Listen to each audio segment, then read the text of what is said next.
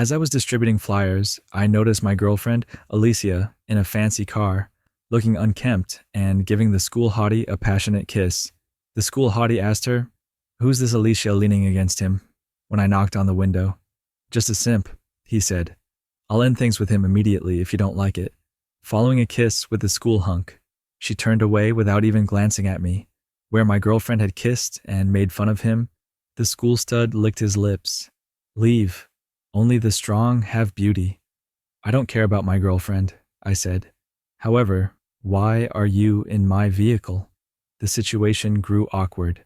Grasping the driving wheel, the school hunk dumbfoundedly stared at me and asking, "What do you mean your car?" I said, "This is my car." And I opened the glove box compartment and removed the registration, saying, "See?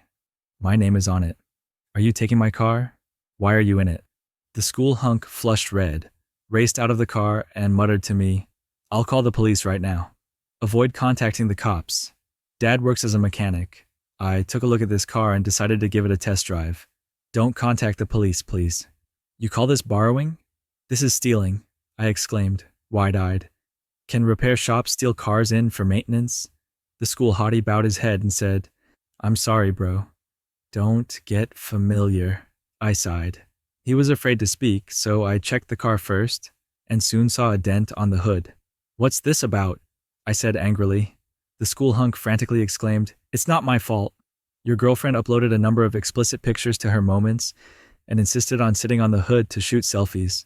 Alicia had blocked me, as I discovered when I checked my phone and found nothing. The school hottie promptly handed me his phone. I tutted as I looked over her WeChat moments. "These are such daring pictures." "All right, you may return. I'll preserve these pictures as proof. You both get ready for a summons from the court." Stunned, the school hunk muttered, "Will it cost a lot, bro?" I said, "Roughly $100,000. His face became white in an instant. "But it was her who damaged it." The schoolgirl immediately added, "Do I have to pay too?" I rolled my eyes. "You both bear responsibility. Do you not grasp the law? This year, your dad's labor is in vain." The ecstatic schoolgirl started crying. I advised that foolish girl that carbon fiber is exclusively found in luxury sports cars, and its utilization increases as the temperature rises. My parents put in a lot of work, but she couldn't wait for the car to warm up and just sat on it to take selfies. If you're enjoying this story, make sure to subscribe so you don't miss more. Impatient, I got into my car and contacted someone to examine the damage, and now we're screwed because of her. He brushed away his tears and said, "Why are you the wealthy one?" I didn't want to watch him cry. I said, "I don't work. I hand out flyers. After your girlfriend claimed that you had many jobs. However, I wasn't lying when I said that I owned those establishments. 72 stores make up half of the pedestrian strip. They are owned by my family. What's wrong with distributing flyers for my family's businesses?" I shut the car window to avoid listening to the schoolgirl's sobs. Alicia texted me at this very moment. "Let's break up since you witnessed it. If your parents are losers, don't blame me. In a Lamborghini, I would sooner cry than as you handed out brochures while laughing on your bicycle." I started thinking deeply. Given that the bicycle and the Lamborghini belonged to me, I wanted to respond with, "Wait for the court summons." If she started crying or laughing, but Alicia had already blocked me. How could she have blocked me? In addition to the repair expenses, she owes me $100,000. I entered the hostel quickly and went directly to Alicia's room, oblivious to the fact that it was the girls' dorm. Luckily, there weren't many people in the dorm because it was morning. When I reached the door of her dorm room, a woman inside, asked, "Did you really do what I told you?" as I was ready to knock. Then I heard Alicia say, "Yes, I told him falsely that I had taken the medication." "That's a great opportunity," the woman exclaimed with excitement. "I told you to go on a date since I knew you were likely to become pregnant over these 2 days based on your cycle calculation. You can marry into a wealthy family once you're pregnant." "What if he forces me to have an abortion?" Alicia asked anxiously. "I have ways to make him acknowledge the baby as long as you're pregnant," the lady retorted. "You even broke up with your boyfriend for him." I was amazed that Alicia would go this far, and she even wanted to marry the judge. "Let's see if he dares not to acknowledge it." I pondered how she would react if she discovered that the campus heartthrob had stolen my automobile when he was carrying his child. When Alicia noticed me knocking on her door, she scowled and said, "I've already broken up with you. Why do you still bother me? I'm telling you that being impoverished isn't an issue. But being impoverished and blatantly so, it's absolutely terrible to bother a girl." Alicia seemed to have misinterpreted my intention to win her back. I knew 2 other people who lived in the dorm with her housemates. Before I could say anything, I was totally taken aback when one of her roommates stated, "Can you stop preventing Alicia from pursuing her own happiness?" Therefore, it was deemed that she was chasing her own happiness when she made out with another man in a fast automobile behind her boyfriend's back. This roommate, who I knew, was Eva, Alicia's best friend, and the person who had just encouraged Alicia to become pregnant. Alicia frequently made snarky comments when we initially started dating, such as, "a man's love for a girl, based on the amount of money he spends on her." Eva's encouragement led me to offer Alicia a lot of things. "We can break up, but the phone you are using is mine," I remarked, now that I was here to get those gifts.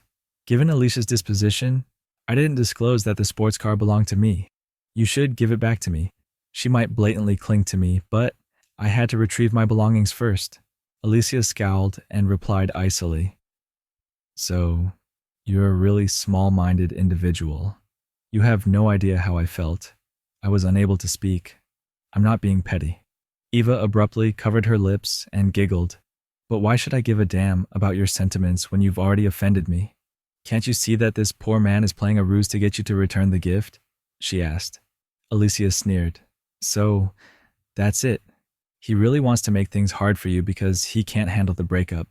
Have you forgotten that my current partner is extremely wealthy? You believe that I won't end our relationship if I can't stand to return the gift." Eva fueled the flames as she confidently raised her head, saying, "Don't be afraid, sis. I just looked at the hottie's Lamborghini, which costs millions of dollars. To him, a new phone is insignificant. I can return the phone, but let me make one last call," Alicia added with a laugh. "I'll explain to you why we split up, because you will never be able to close the gap between you and a wealthy man in your lifetime." I pondered whether the wealthy man she was referring to was the heartthrob, and I recalled that when I sent the automobile to be maintained at his house, his father sighed and remarked, "These days, it was difficult to make money, and their earnings were insufficient to cover their rent." Alicia called. "Put it on speaker so he can hear and let him know the gap between himself and others," Eva replied hastily. Alicia put the phone on speaker after nodding, as if to brag. As soon as the call connected, "Brother, my boyfriend came to break up with me and wants me to return the phone he bought me," she pleaded pathetically. "But how can I ever get in touch with you again without the phone?" The hottie refused to give in to her demands. The hottie shouted violently, "You damn bitch! Don't let me see you again!" on the other end of the line. "Otherwise, I'll beat you every time I see you." Eva and Alicia were both taken aback in a split second. Eva reacted immediately when the call was abruptly cut off, leaving Alicia speechless and staring at her phone. "Did you disparage my best friend downstairs?" she said, as she snatched a book out of her bed and hurled it at me. Alicia was enraged and began to shake when she heard this. "Yeah, he wasn't treating me like this before," she said. "You must have slandered me. How vile and repulsive can you be?" I responded impatiently, "I didn't say anything negative about you. Simply return my belongings to me. Why would he treat me this way now if you didn't disparage me?" I couldn't speak. The heartthrob had become thousands of dollars in debt as a result of Alicia posting sexy photographs of herself sitting on the hood of his automobile. How could he not be upset considering his family's income? Eva snarled, "That's why I instructed you to be. I've already seen through this miserable loser, so be brave and date the hottie. He is just skilled at deceiving you behind your back. Vile simp." "You're saying that you were involved in her betrayal of me?" I asked. Eva said, "Betrayal? I had to pull my best friend out of a mess because she was stuck there." Alicia became irritated and replied icily, "If I let her settle down to marrying you, she'll thank me for the rest of her life. I'll return the phone to you, but only if you immediately apologize to the hottie and acknowledge, yeah, even if you have to kneel and apologize, clear my best friend's name," Eva said, "accusing you of lying about me. Why should I apologize for something I didn't do? And we haven't settled our accounts yet? I asked as I picked up the phone. I entered the room right away and sat down at the desk to begin my calculations. I gave Alicia a lot of presents and transfers during our time together. I desired their return. My friends are all here. We used to love each other, Alicia stated with disappointment. Ignoring her and carrying on with my calculations, Eva abruptly snapped a picture of me. Do you really want to humiliate me in this way? She said, her face full of contempt. Today I met the ultimate loser. I will share this on my assumed she was merely threatening me. But when I pulled out my phone to check, I saw that she was exposing you on social media right now, making you socially dead. She had actually posted it, I discovered. She wrote, OMG girls. As the caption for my photo, my best buddy ended up dating a poor guy. And the poorer they are, the more trouble they make. I scowled and remarked, this is a private matter between us. It's terrifying. Why do you always bring up your poverty? Gold digger might as well be written on your face. Yeah, I do like rich guys, hissed Eva. If you were wealthy, you would be reprimanding me rather than the other way around. Do you have the right to be jealous? Eva became increasingly upset, pointing below and walked to the window. Look at your pitiful self. Rich men are full of ambition and career goals, and they drive million-dollar Lamborghinis, she remarked. Just sitting here calculating, poor losers making the girls who used to love them feel ill. Finally, another roommate had to say something. Alicia, this is your fault in the first place. Why don't you just pay him back? Alicia's attitude shifted, and she inquired, are you siding with him? Eva hissed. It's clear that she's envious that you found a boyfriend who owns a Lamborghini. The roommate's face flushed with rage as she said, don't falsely accuse me. She intentionally insults and slanders you. Before Alicia wanted to brag, I knew this girl, Lisa, who was a lousy student. Lisa claimed she couldn't accept something she didn't earn, so she made me buy sweets for everyone in her hostel. I received a strong image of her as a result. Alicia sighed and remarked, I understand that you're impoverished and depend on scholarships and student loans for education. I can appreciate your resentment of the wealthy, but you're aware of what it means to be a decent person, more significant than academic success. Are you implying that I'm not a decent person? Lisa's eyes widened in shock. Lisa was assiduous and dedicated, achieving academic and character excellence, and I was utterly astounded. And Alicia, her lover, had just been making out with a wealthy man in a car directly in front of me. What sort of bullshit was she spewing when she said Lisa didn't know how to act? I know your type, poor simp girl, hissed Eva. Since you know he ended things, you're acting like an arrogant coquette to gain his approval. You don't even let a guy who makes money to date you because you know you have no chance with a guy who drives a Lamborghini. Handing out brochures for $3,000 a month infuriated Lisa, who tightened her fists and got to her feet. Eva regarded her with contempt. I also work part-time as a tutor, and I earn $2,000 a month. Even mosquito legs are meat to you. I observed you eating food that had fallen on the table yesterday. Lisa's eyes instantly turned scarlet. You poor wretch. Of course, you're not picky about men. The food fell on the table, not the floor, she said, her voice quivering with resentment. What makes that so bad? Enough, cried Alicia, interrupting us with a cry. You really embarrass me, and slamming her phone onto the table. I regret dating you the most. Please settle our accounts quickly so that I can go tell my new boyfriend. Eva hurriedly added, Don't worry, sis. I'll accompany you to clarify. The rumors will be dispelled, and you'll still be a wealthy man's little sweetheart. I was too busy figuring out our accounts to worry about these two any longer. Naturally, I left out the cost of fixing the sports car since I was worried that Alicia would openly attempt to make amends. I finally worked it out. I gave Alicia gifts and transfers totaling $18,000 during the year we were together.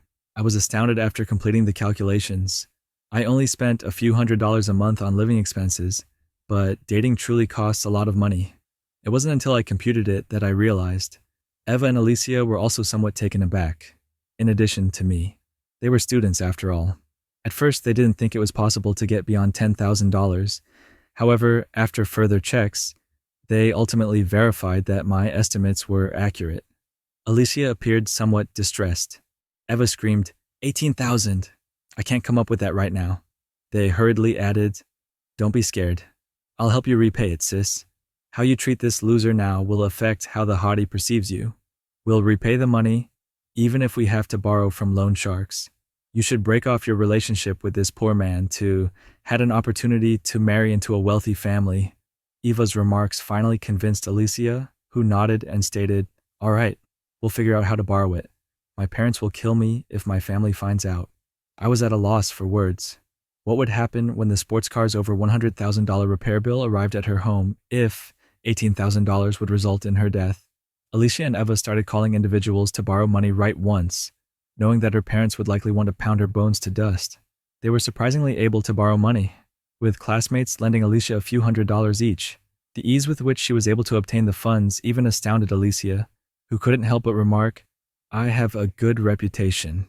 Everyone is ready to give me a loan. Eva chuckled. You're sitting in a sports automobile worth millions of dollars, and it's all because of your social media selfies.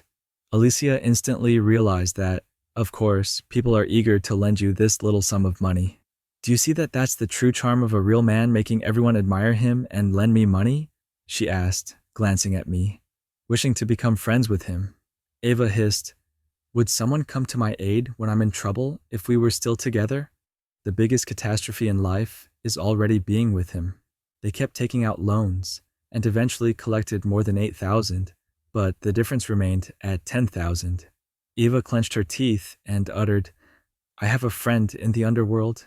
He can lend me the money, but it will be awful if we are unable to repay it. Eva said, don't worry about that for now. In response to Alicia's anxious question, what happens if we can't pay it back? Eva promptly got in touch with the alleged underworld individual. Your new boyfriend is so wealthy that 10,000 is nothing to him. He gave out $10,000 without reluctance and seemed to be a professional private lender. After they were able to collect, Alicia threw the phone at me violently and shouted, satisfied now? Get lost. After returning the money to me, I looked to Lisa and nodded, saying, from now on, we should not interact with each other. Can you come out with me for a moment? Lisa gave me a startled expression as if she didn't know why I was phoning her. I knew these two had something going on, sneered Eva right away. As soon as you reimbursed him, they hooked up. I wanted to speak with Lisa because she was a member of the student council, but I felt powerless and had the contact directory. I wanted Alicia's home address because I was going to send a court summons to her family. Eva made fun of me once again, saying, you're really following him out, as Lisa flushed deeply and bowed her head to follow me out. Alicia's leftovers are all you deserve. I don't have any such intentions, Lisa said, on the verge of tears. Pretentious coquette, keep acting like it's no wonder your family is so impoverished. Eva swore. It's inherited. Look at you attempting to win over even a flyer-handling guy. You're so insensitive that it's obvious what your parents are like. Alicia gave us a scornful look and said, I'm glad I ended our relationship because you can have this worthless man all to yourself. Let me offer you some advice.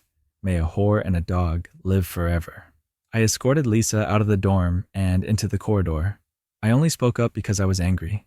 Lisa muttered, don't make too many assumptions. My goal is to work hard at my studies.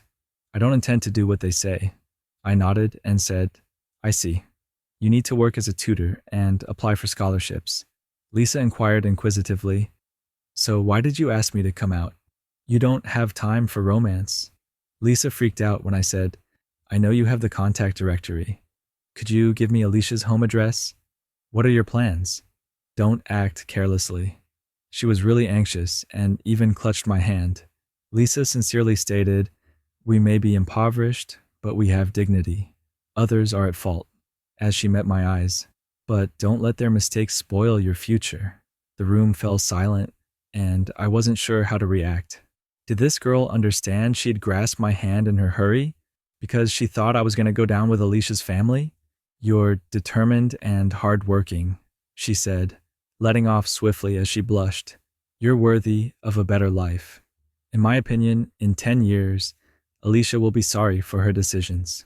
I've already had the dealership evaluate the damage, so it won't take 10 years, I remarked. She will soon regret it if her family stays in the city. Lisa was taken aback and inquired as to what I meant. She looked at me in disbelief as I told Lisa that the sports car downstairs was mine. She was stunned once more, and she didn't think it was true until I showed her the automobile registration. Lisa appeared to be in a fog and likely believed she was dreaming when she went to retrieve the contact directory. She promptly provided me with Alicia's home location, which was surprisingly close to the dealership, just a few kilometers. I called the dealership and they promised to give the damage assessment in 10 minutes. What a coincidence. Hold on, I just realized that Alicia had returned her phone to me. How would I get in touch with her later to collect her debt? After returning to Alicia's room, I made the decision to give her the phone back for the time being. I know you don't have a phone. You can borrow this for a couple of days, I answered in response to her agitated question. Why are you back? Eva grasped her chest and pretended to vomit, saying, I'm going to throw up. I was correct. This jerk is intentionally doing it. Alicia screamed, Are you really thinking I'm a fool for trying to play this on-again, off-again game with you? Eva's phone rang just then. Please quit bothering me. You're making me look foolish in front of my pals. Puzzled, Eva pulled out her phone and asked, Alicia, why are your parents calling me? I was surprised. The dealership operates quickly. Alicia's parents apparently couldn't get through to her, so they got in touch with Eva. Mom, what's wrong? Alicia questioned as she picked up the phone, without putting it on speaker this time. However, her mother's ranting was loud and clear. Do you realize how much your father and I make? Don't call me Mom. You've damaged us. Alicia was shocked by the abrupt reprimand and hurriedly answered, Mom. What did I do? Alicia carried her phone to the dormitory's corner. She started crying as she was speaking. What's wrong? Eva rushed to ask Sis. I know why the heartthrob suddenly got mad at me. Alicia wept. He wants my family to pay the estimated $137,000 that I caused by sitting on his car and denting it. Eva was likewise astounded, asking, How is that possible? Where's my family going to get that kind of money? It was dented simply from sitting on it. The bill arrived at my residence. My mom said she took a photo of it and forwarded it to me. I should check my phone, she said. Alicia plopped down on the bed in a trance because she couldn't handle it. When Alicia said, What can you do? Eva bit her lip and whispered, Don't panic. I might have a solution. Eva stated, At this stage, we must determine whether you're pregnant and whether you're carrying his child. Alicia nodded right away, wondering if he would actually dare to ask you for the expense of the repairs. Eva said, Even if he doesn't care about me, he must care about the baby. Go make a scene at his house if he dares to ask you for the repair costs. Alicia moaned bitterly.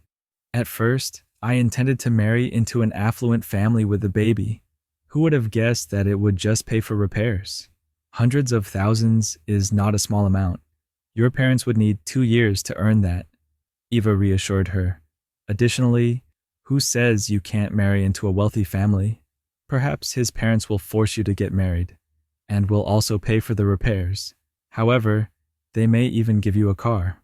I was unsure if I should remind Alicia about our previous love and her pregnancy with the heartthrob's child.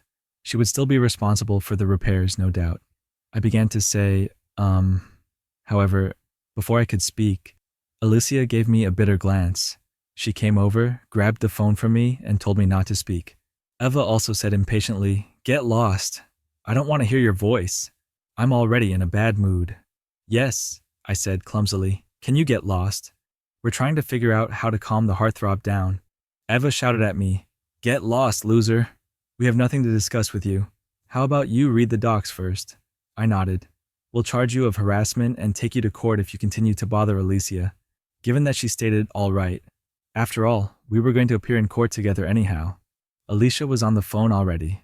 Please come downstairs to my dorm. I want to talk to you, she said in a voicemail to the hottie.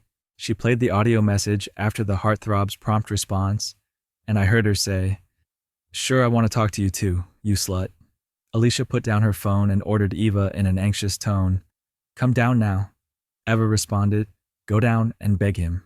I'll go with you. With that attitude, will he really forgive me?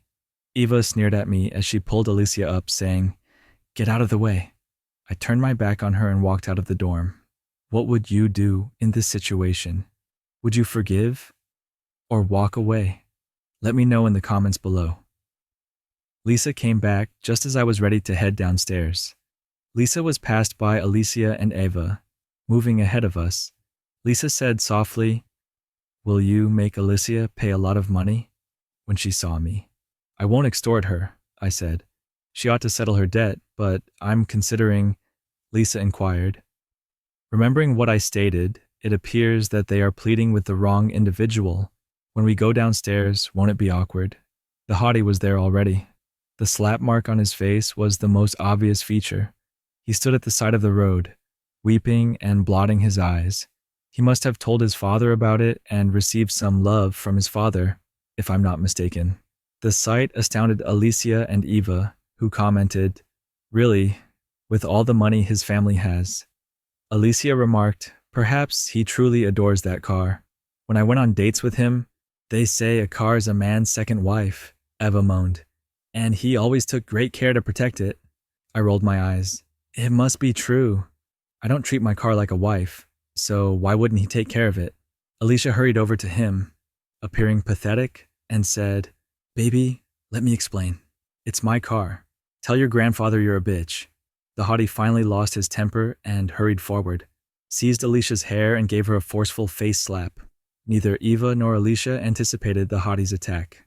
When Alicia felt mistreated, Eva rushed over to attempt to break things up and said, "Baby, if you're angry, smack me. I'm to blame. Never again will I do it. Can I spend the rest of my life making up for it to you?" The heartthrob became so enraged that he began striking Alicia in the face, saying, "I don't need your compensation." Alicia and Eva understood something was very wrong as he kept pounding her, and the kids who were watching were all in disbelief. Alicia was just getting out of a sports automobile that everyone was admiring. The heartthrob had her by the hair, violently hitting her face while beating her in front of all these people. "You're hitting her too hard," Eva yelled nervously. "She's a female." The heartthrob hit so hard that Alicia lost one of her front teeth. Missing a tooth, Alicia spat out some blood and covered her mouth in shock. "Stop hitting me. My tooth is knocked out," she cried as she stooped to pick it up. "Eva, go grab some milk," I answered, smart, and nodded. If a knocked-out tooth is promptly placed in milk, it might be possible to reattach it. "Are you taking pleasure in this?" Lisa asked me incredulously. "How could I?" I asked. "We were in love once." "I'm also saddened to see her like this," Lisa said. "So, why are you smiling?" I asked. "I'm just naturally happy. People who smile a lot are usually lucky." Alicia eventually remembered me during this pounding, and she cried out to me while covering her mouth. "Look at how badly I've been beaten, and you still won't help me," I said gravely. "You're really not a man. The hottie that seemed overburdened earlier warned me not to bother you, or we would appear in court." When I spoke, he finally looked at me, released Alicia, and came up to me. Eva remarked, "Heartthrob, I understand your distress, but are you aware of the extent of Alicia's recent suffering on your behalf? She was being harassed by this loser. Would she have tolerated this if she didn't love you so much?" The hottie yelled fiercely. It was odd. "Shut up. Your entire family is losers." Eva was afraid to speak again. She had acted so hostilely toward me, but she was remarkably submissive when she was in front of her wealthy idol. I was wondering how the hottie would apologize when he stood in front of me, but then he did something out of the blue. He abruptly knelt down in front of everyone and cried, "Bro," with tears in his eyes. "I apologize. I apologize." It looked like the world was silent at that same moment. They all looked at me in disbelief. The pupils were incredulous. Eva shuddered in shock. Lisa kept her head down and said nothing. Blood started to pour from Alicia's nose as she covered her mouth, where a tooth was gone. She choked on it and coughed painfully as she attempted to sniff it back. This was not how anyone anticipated things to go. To be honest, I hadn't anticipated it either. I let out a sigh and asked, "Why did you do it in the first place if you knew this would happen? Why are you apologizing to him?" Eva questioned in a trance. I replied quietly, "Yes, I should not have stolen your car to show off." The heartthrob, who was still crying, said, adding, "Tell everyone why you're apologizing to me. I told my dad that I should not have taken your girlfriend because I am vile and repulsive. Please pardon me." However, he stated that our family is already having trouble paying the rent and is unable to cover the damages. I nodded and replied, "Your dad puts in a lot of work. I submitted my car to your family's repair shop for that reason." Who would have guessed that the heartthrob sobbed, "I'll never do it again. If you can give us more time to pay, good mechanics would raise sons like you." "What repair shop?" Alicia mumbled, astonished. "I'll do anything you ask me. The facts are right in front of you. What car maintenance? What car theft?" With a shaky voice, Alicia pointed to the sports car and said, "That car is yours." I nodded. "Yes, it's my car." Her face froze and then her lips trembled as she started crying. "Weren't you the flyer guy? How can you be the rich one?" "I distribute flyers, but they're all for my stores." Alicia rushed to my side, limping, ignoring her wounded nose and missing teeth, and she clutched my arm, sobbing, "Let me explain, baby. I'm not your baby." "We're already broken up," I remarked icily. I put my hand on the hottie's shoulder and reached out. He looked at me beseechingly and swallowed hard. I said, "You should be commended for exposing my girlfriend's actual nature. This is your fault, not your dad's." After giving it some thought, I said, "You'll graduate next year, so I'll help you this once because you helped me. I'll let you pay it back over 3 years after you start earning, and you may haggle over the compensation amount." Surprised, the hottie exclaimed, "Really?" I nodded and replied, "Yes. You should pay for your own error, not your father's. However, it will be quite expensive for you to extract her front tooth. At worst, I'll go to jail and get a record," the hottie sarcastically declared.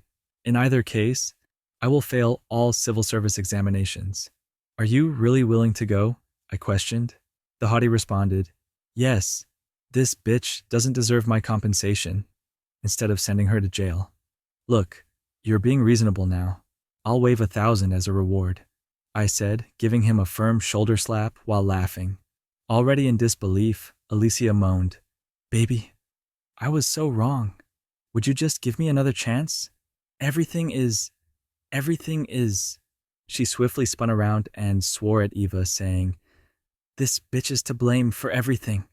Alicia sobbed, "You told me to do this. I love my boyfriend so much," but Eva remained nothing. I was sick of her drama. "So, why did I fall for your tricks?" "Remember to take the morning after pill," I advised. "Don't truly get pregnant. I know that, given your personality, you would undoubtedly get an abortion if you became pregnant. Not because I care about you. Because of your poor character, I don't want an innocent life to be taken before it even reaches the world." Eva broke down in tears as Alicia's face went pale, asking, "Are you not going to repay? You caused all this misery. Why should I pay you back?" Alicia became enraged about the money I had just helped you borrow. Eva also started crying, saying, "I'll be beaten to death unless I pay back that money." "Just pay it back if you're scared of owing money to a loan shark," I suggested casually. Eva started crying once more. "Where can I get 10,000? Lisa tightened her hands in frustration. "Angry," she said. "You made fun of me for stealing food, but your own family is impoverished and doesn't even have $10,000. What would you do in this situation? Would you forgive or walk away? Let me know in the comments below." Eva sobbed furiously as she sat on the ground, asking why she bullied other poor people. "Goodbye," I murmured with a smile to Alicia. "Don't get in touch with me unless it's regarding money repayment. Otherwise, I will accuse you of harassment." I turned to Lisa and said, "How about we go celebrate with a meal now that the bitch has been punished?" "You can ride in my car," Lisa said. "Are you intoxicated in the middle of the day? If so, why would I get into your car or eat with you?" After clumsily scratching my nose when I realized she had a point, I got into my sports car and sped away. Alicia was allegedly beaten, but she and the heartthrob's family swiftly came to an agreement whereby both families paid half. At home, she was half dead by her parents, even though her leg was fractured and required a cast. The worst thing was that she walked with a limp and may need to break her leg again for it to heal completely. Eva, however, didn't go back for her final year of college because she felt too guilty. paid back the loan shark, but each time she did, she was ridiculed and called a traitor to the poor. Ava made a valiant effort to obtain employment, but no one wanted to hire her because of her reputation. She eventually discovered me pleading for a job, and I just so happened to own a few of low-end restaurants. I had her clean the toilets because she had denigrated the poor, and now she could do it for them. While cleaning the restrooms, she was unable to stop crying, and word of her predicament spread. Some kids even came expressly to use the restroom after she'd cleaned it, just to have her do it again. Alicia kept messaging me after she dropped me off. I blocked her, but she would simply change her phone number and keep contacting me, pleading for us to get back together. As for Lisa and myself, I followed her wishes and sued her, which ultimately scared her away and caused her to cease contacting me. She was a disciplined and independent girl, unlike Alicia and her group, and nothing happened between us. Lisa didn't get in touch with me throughout my final year of college. She returned to her hometown to teach after graduation. I appreciated her attitude and her desire to help the many impoverished youngsters in her area. She wasn't interested in dating, so I reached out to her a few times, and the only time she asked for my assistance was to see if I could set up a clothing drive for the kids in her neighborhood. I gave some used items, and then we didn't keep in contact, but I still think about that amazing girl's statement about dignity. I hope she has a long life. If you think I made the right decision, hit that like button. And if you want more jaw-dropping stories like this, don't forget to subscribe.